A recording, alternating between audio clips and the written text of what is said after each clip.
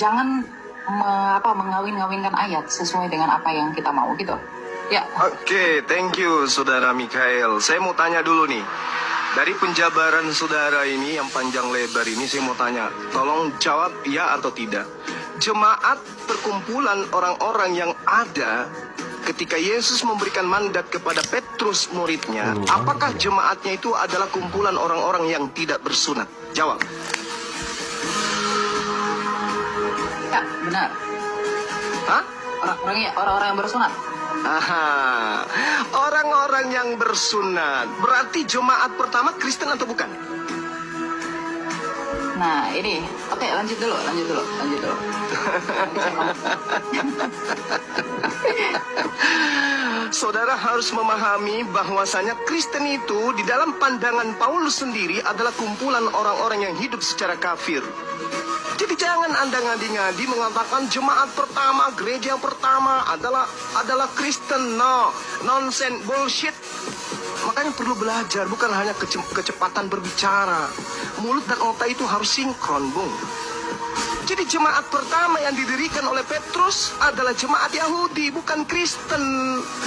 Kumpulan orang-orang yang tidak bersunat haram hukumnya masuk di dalam jemaatnya orang Yahudi sampai hari ini. Jadi jangan mimpi. Anda boleh lincah berbicara, tapi Anda tidak berdata. Oke? Nah, sekarang saya sadarkan kepada saudara. Ketika saudara mengatakan Taurat itu hanya bayang-bayang, ilmunya dari mana? Dari orang Farisi kan? Nah, itulah kalian, pengikut orang Farisi.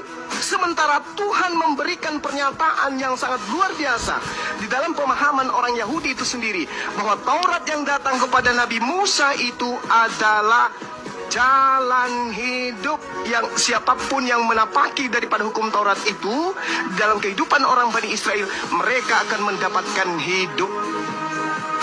Jadi tidak ada itu Kristen di situ, nggak ada. Anda mengatakan hukum Tuhan adalah bayang-bayang, itu mau Anda karena Anda Kristen.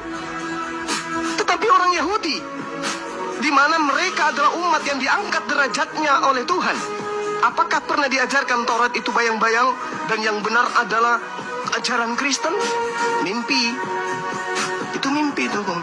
Makanya Yesus mengatakan, wahai Bani Israel, waspadalah kepada orang Farisi. Tapi kalau di Kristen, wahai orang Kristen, rangkulanlah dengan orang Farisi.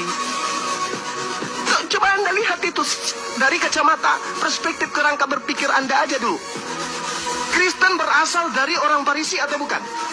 Yes, orang Farisi. Siapa orang Farisinya? Paulus. Apa pembuktiannya? Pengakuan dari mulutnya sendiri. Di mana diterangkan? Filipi 3 nomor 5. Aku adalah orang Ibrani asli dari keturunan Benyamin.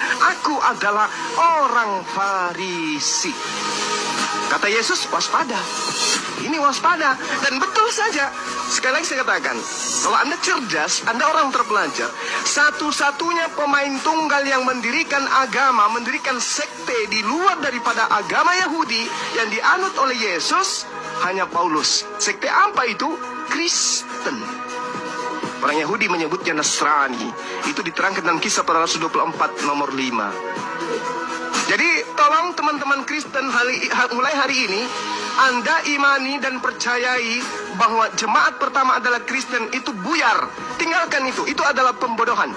Jemaat pertama yang didirikan oleh Petrus adalah kumpulan ahli-ahli Taurat. Mereka adalah orang-orang yang bersunat. Mereka yang ketika masuk ke bait suci bukan duduk di bangku, tetapi mereka berdiri untuk sujud di hadapan Tuhannya mereka. Sebelum masuk ke rumah ibadah mereka cuci kaki, cuci tangan, membasuh wajah dan seterusnya. Mereka wudhu. Sementara Kristen itu beda. Jadi jangan pernah mimpi jemaat mula-mula yang didirikan di atas batu karang itu adalah Kristen.